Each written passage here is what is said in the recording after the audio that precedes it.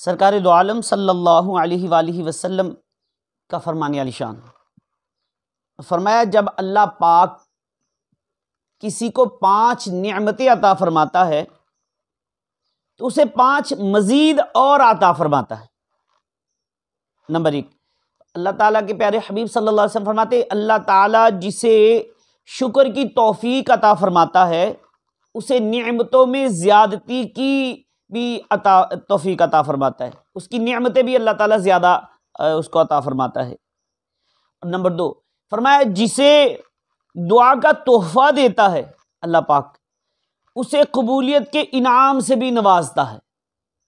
Number 3، فرمایا اللہ پاک جسے استغفار کا شعور عطا فرماتا ہے اس کے لیے مغفرت کا پروانہ بھی اس کو عطا فرماتا ہے، اللہ تعالیٰ اس کے لیے مغفرت کا پروانہ بھی جاری فرما دیتا ہے۔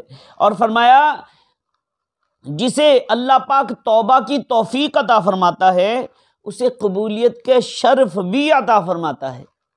اور فرمایا نمبر 5، جسے صدقہ اور خیرات کا جذبہ عطا فرماتا ہے اسے قبولیت کی سعادت سے بھی نوازتا ہے۔